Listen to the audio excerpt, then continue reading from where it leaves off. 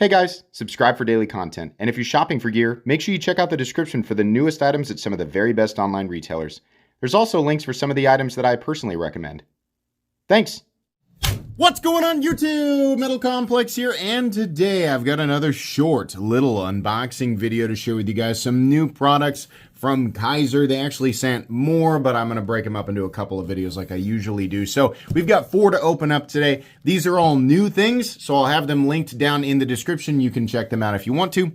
It does help my channel when you use those links, but that's entirely up to you. Thanks to Kizer for sending them in. Thanks to my patrons for supporting me. So you guys have seen probably some of my recent Kizer videos where I was a little skeptical of the lock strength. We're going to continue with that, right? We're not just going to like blindly, oh, here it is, go buy it, right? If it's good, thumbs up. If it's not, then, I'll point it out. But today's video is not a review, just an unboxing and first impressions. We'll do the review down the road a little bit for some of the knives, not all the knives, just the ones that I find interesting. We'll do these one at a time and start out here with the fixed blade. This is a Momo fixed blade. That's pretty cool. So, Japanese VG10 Damascus. Okay.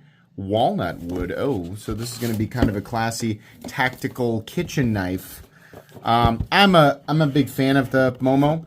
I like the design a lot. Oh, okay. So this is actually, I was picturing something like comically large. This is actually pretty classy. That's a nice looking fixed blade. Cool. Okay. Does it come with a sheath? Little violent there. Sorry about that. I apologize for my violence. Yeah, okay. That's it's pretty straightforward. A nice little camp knife, I guess. Probably you can actually lay it down completely, like if you were to, if you were wanting to like chop or rock chop or whatever with it. Obviously not going to be the ultimate geometry for food preparation, but if this was your sort of EDC or outdoor EDC knife and you were planning to camp or whatever, and you just needed to, cut up a little bit of food or something, I think it would work just fine. VG10 is pretty stainless. Obviously, you're still going to want to clean it off afterwards, and it's not the absolute most optimal steel for food prep either, but it's a good kind of like, if you're going to use it for a bunch of different things and then clean it off and use it for food prep, you really got to make sure you clean it off. But you can, overall ergonomic grip, pretty good. I can get a full grip on this guy. I kind of wish we had some jimping extended out here, but that's okay. Really, really good looking Damascus though. Really, really nice. And this is legitimately VG10 core, and not your 9CR 10CR, which is the Chinese equivalent. There's nothing wrong with that. It's just some people, prefer the actual like Japanese VG10. So there you go. Do we have a little pricing sheet with it? Okay, so MAP, which by the way stands for minimum. I think it's minimum asking price. So the MAP is what you can expect to see this go for on retailers. But if I start to see it a little bit less or a little bit more, I'll point it out. So it looks like the one we're looking at here is about $109. I don't know. It's a fixed blade. I kind of feel like it should be a little bit less than that. I mean, not nearly as people get this confused because a fixed blade by nature is going to be more durable than a folding knife. It has less failure points, obviously. So that, a lot of people take that as, well, that's more personally valuable to me. Therefore, this should be a more expensive object. Not how that works. A folding knife that is like the equivalent folding knife, you take exactly this and you make it fold, it's automatically going to be more expensive to create because there are more components to it, even if it is a naturally weaker or less durable item. That's just how it is. More manufacturing processes, right? There's a lot of different variables there, but I mean, that's the gist of it. The standard version that's non-Damascus is apparently S35VN. Oh, they do have a less expensive one in AEBL, which truthfully, probably your best bet. I mean, ABL is, I think, primarily used in fixed blades anyway. So these down here, the black one or the blue and silver one, honestly, probably the best deal, unless you just really have to have S35VN. S35VN, I think, works fine as a fixed blade steel, but it's one of those steels where if you get the hardness up a little bit and put it in a folding knife, it makes for a really good continuous light to medium cutter. Whereas a fixed blade, I feel like the way that a fixed blade is used, which is generally a little rougher, still like AEBL at like kind of a lower HRC. I think AEBL has a lower optimal range anyway. I'm not sure about that. I feel like AEBL is probably going to be a better suited steel for a fixed blade, even if the edge retention is not quite as high, just given the way that the average fixed blade is used versus the average folding knife. But of course, that will come down to personal usage habits and preferences. For me, it seems like the most sane purchase to make is probably the less expensive. This isn't bad. I'm not mad at this one. I'm not mad. I think that's a pretty nice knife. Okay. The Abrams, and this is in 14C28N, Norplex, Ultrex, etc. Whatever. It's Micarta. Here we go. Oh, now hold on a second here. Hold on now. That's a pretty good looking fixed blade there. I actually really like the combination of the blue G10 underneath this sort of tan coyote micarta. And I feel like the blade shape would probably be pretty useful. I don't know. Is this more of a... Some people are going to say, oh, it's a skinning knife. I think some people will look at it and say it's a wood carving knife. I don't know. I'm not a professional outdoorsman, and I don't use enough fixed blades in specific scenarios to be able to differentiate between the, different optimized tasks. To me, this looks like a fixed blade they can probably use for a lot of different things. Behind the edge, pretty thin, pretty nice. I like the stone washing. What do we have for the steel here? Oh yeah, 14C28N. Now surely this also comes with, yeah. Okay, so MAP on this guy. For the CPM 3V version, which unless we can get like a solid report that Kizer has, bumped their HRC on 3V and a lot of different stuff, that's not really the one that I would go for. The one that I would go for if you're going to pick this up would be one of the less expensive ones. 14C28N folding knives in direct competition parameters with Kizer tend to be the same price or even less, which again, a fixed blade is going to be a simpler object to create. So these probably could be $10, $15 cheaper, but it's not bad. I don't want to complain too much here. We're still in budget territory. I don't know how Kizer Heat treats their 14C28N, but 14C28N is a steel that emphasizes toughness dramatically over edge retention anyway, even at, like its optimal HRC ranges. I don't know. It's pretty wide. It's like 58 to 62 or some wild thing. That makes good sense for a fixed blade, in my opinion. You're going to get a big stainless qualities, good toughness and edge stability qualities, and then okay edge retention, but very easy to touch back up. So an outdoorsy knife, right? That's the kind. You're going to beat on it. You're going to touch it up. It's going to be pretty forgiving. So not bad there. Not bad.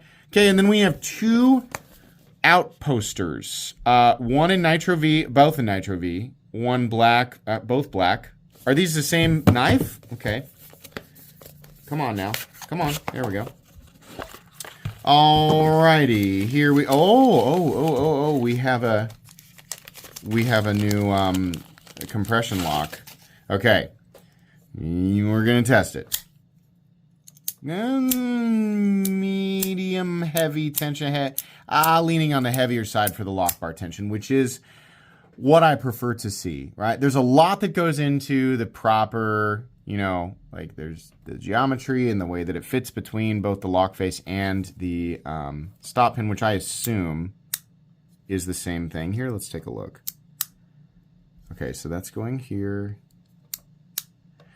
It appears to be doing exactly the same thing. You can see, if you don't know what I'm talking about, a top liner lock, like from Vosteed, will simply engage not underneath, but the lock face normally, like on a liner lock would be facing down, right? Top liner lock, the lock face is actually facing that way. So with the lock bar engaging behind it, generally, when done correctly, this is stronger, more reliable than a liner lock. To take it a step further, the Spyderco compression lock does the same thing, but it wedges one lock face of the lock bar against the lock face of the blade, and the other side of that lock bar wedges behind a flat face on the stop pin, which is right there, that little one right there. We've got there's no reason for it to have this here because you can see the open position stop pin is here. That's for the blade. This one right here is for the back of the lock bar. I don't know if you guys can see it right there. It's slipping into place right there. And then this bar here is just the cylinder that attaches the button to the lock bar. So this is engaging. Similarly, I have to be careful about calling it a compression lock because it's engaging in a similar fashion, right? Whether or not we can actually call it the compression lock, I don't think so. But it's engaging in a similar fashion. Now, design-wise, love the look of it. This is a classic. I mean, it's a very, truth be told, very similar overall profile to Excalibur, and my knife is an amalgamation of a lot of different preferences that come from popular knife designs like the XM18, the Umnumzon, the Demco 8020, the Strider SNG. There's a lot of different elements there that when combined kind of just make that same preferable shape, right? So yes, this is a very preferable shape to me. I love the position of the thumb stud. I love the position of the opening hole. I think that's fantastic. Nice, and don't drop it. Professional knife reviewer here, guys. We're gonna trust this guy with a spine tickle test. What are we doing? All right. So good ergonomic profile, nice positioning for the button, nice positioning for the thumb stud. Who designed this? Is this a Kizer in-house design? Oh, okay. Let's get the other one out and then I'll test it. Okay. Really like that. Really like. It's a great overall EDC profile. We're also going to take a look. Oh, fancy. Oh my goodness. Look at this. Look at this. Wow. That is some of the nicest looking micarta. It actually looks like Timascus. Oh, I love that. I love that. That's so nice. This is a crossbar lock. Okay. That's the difference there. Look at this stuff. Not everybody's going to love it, but I mean, man, like that is full on. And, you know, yeah, I know people could say, oh, you didn't notice the same pattern in the other one because it doesn't look the same. This is like micarta almost perfectly imitating titanium Damascus, almost like Zircotite with those darker areas in there, right? We know that the Kizer crossbar lock is going to hold up because we've tested a bajillion of them. It's the top liner lock / compression lock thing that they've got that's hit or miss. Now, hopefully, as I've been screaming this, right? When something is tested at a factory level, it is tested far outside of the normal realms of like a natural usage. They don't test the things within like a normal, like, ooh, this is all the more. No, they go above and beyond. Typically, knife companies will test their knives in the realm of abuse in order to make certain that under normal circumstances, the knives will hold up. My test doesn't even barely begin to kind of, sort of venture into the realm of abuse. It's like Sam Wise, he steps into that cornfield and he says, oh, this is the furthest I've been from home. That's the equivalent of my test, right? So every time I do this, we get whiners and complainers. People go to Reddit and scream about it and pretend like it's going to make any difference whatsoever. It's not, right? He's so abusive. He's a barbarian. Oh, I can't take it. Oh, my butthole. Listen, I'm barely going to tap on it. I'm going to tap on it 10 times, okay? We're going to give it a light tap. Doesn't matter that under normal circumstances, nobody's ever going to tap on it repeatedly 10 times on the spine. If it can stand up to this, I would say chances are it's going to work just fine for you under normal, sane, reasonable circumstances, right? So let's give it a good kick. Feels pretty good. I'm feeling good.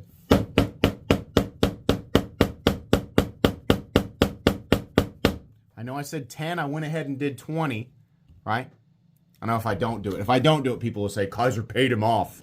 Okay, Kizer got to him. No, this is great. This is great. Kizer. I know Kizer's watching, along with everybody else who says they hate the test and they hate the way that I do it. Yeah, but you came back and watched, didn't you? Right? So they'll go back and they'll report to the Kizer Facebook group or whatever. I'm not a part of that group. I just have people tell me. They'll go back and report either way. Kizer will watch it. Again, the best outcome of this for everybody, the whiners and complainers, and the normal, sane, rational people as well. The end outcome here is that the locking systems that Kizer provides, if they do increase this lock bar tension and just really, I mean, a number of other things, like just paying attention to general lock face geometry, doing a lot more of little tiny tests and maybe some other of their own. I mean, they're going to know, right? Like the way that they test these, I'm sure they have a bunch of other ways that they can stress test these, right? But just making sure that they're going through and doing stuff like that. I think adding lock bar tension, like this feels a little heavier. I think that's one good step, right? But making sure your geometry is correct. All right, standing up to, I would say it went from very light to just under medium tapping. Anywhere from here, yes, even all the way out to the tip, which I'm apparently not supposed to do because it makes some people's tummies feel yucky inside. I did it. So, but it stood up to it, and that's the best thing, right? If Kizer takes extra steps, all these companies taking extra steps to make sure that they can at least stand up to this incredibly, this freaking, toddler daycare version of a spine whack test, right? This introductory little like game of dodgeball where instead of throwing kickballs at each other, you throw like sponges. This is nothing. Taking steps to make sure that these knives can stand up to this minimal stuff is good, because I do expect more from a compression lock or top liner lock than I expect from a standard liner lock or a frame lock, right? I think the people buying this stuff, a lot of them buy this stuff assuming that that's the case. Hey, I had a frame lock or a liner lock, but I'm not really sure. I don't know that I trust it. I'd kind of like to get something a little more heavy duty. Well, in my opinion, the next step up is a compression lock, right? Before you get into the super locks like shark locks and scorpion locks and Atlas locks and triad locks, right? This is kind of a nice in-between. It's supposed to be safer and more reliable, and in this case, you have a button operation, and that makes it easier to disengage and keeps your fingers out of the path. I actually really like this knife. I like this a lot. This is a W from Kizer. Let's take a look at the price of this guy. MAP $69.96. This is in Nitro V, so we are in the general competition zone of the Vosteed Raccoon and the Vosteed Porcupine, and I think it fits nicely in there. A lot of these, probably could be slightly less. We've seen some other companies do some similar things and come in about $10 cheaper, but I'm not mad about it. Actually, I'll just go ahead and say this. If you have ever looked at my Excalibur and thought, yeah, it's kind of neat, but it's big and bulky, and I also don't want to spend that much on it. This is kind of like a more compact. It's not quite as compact as the small one, but it's a little bit shorter. It's lighter weight, and it has the button operation here, which some people like. This might be a good answer for some people who maybe look at my knife and think there's some stuff there that I like, but I wish a couple of things were different. This might be different enough that you would want to pick this up. So this one passes mine, but a lot of people have asked in my comments, like, how do you know they just didn't send you a good one? Well, they can always just send me a good one, but the real telltale sign will be consistency. If, as Kizer continues to send me stuff, if they are all, successfully, getting through my little tickle test, and at the same time, the community, who's regularly involved in my comment section, all the forums, everything, the community is also saying, yeah, these are holding up. Then after a while, if we have that consistency between content creators and community, then, we can say, hey, green light here, right? But this is part of the reason why all I can do is test what comes to me, and all you guys can do is test what comes to you, right? But you kind of have to make up your own mind as far as what is an acceptable level of abuse testing for the lock and what's not. In my opinion, a few light taps on a plastic Home Depot table is not very abusive. So this is all that is required of me, and if it passes this test, I give it a thumbs up. This is a major W. I like both of these. The crossbar looks okay, but I like this one a lot. And honestly, both the fixed blades were pretty nice too. It's nice to have a positive video for Kizer stuff after a bunch of negative ones in a row. I guess the Mithril did pass the test. Okay, so this is it for today. This is not a review, just an unboxing and first impressions. Really like the Outposter. Very cool. I'll have all this stuff linked down in the description. That's going to be it for me today, guys. Please make sure to follow me on Instagram at metal_complex. If you enjoyed this video, leave a like. If you'd like to check out my other content, I do, of course, have lots of videos of knives that are either expensive or inexpensive that I do or don't like, so check those out. And if you enjoy all my content, go ahead and click on that Metal Complex Netflix logo right there and subscribe because there's definitely more coming. Thanks again for watching, everybody, and have a great day.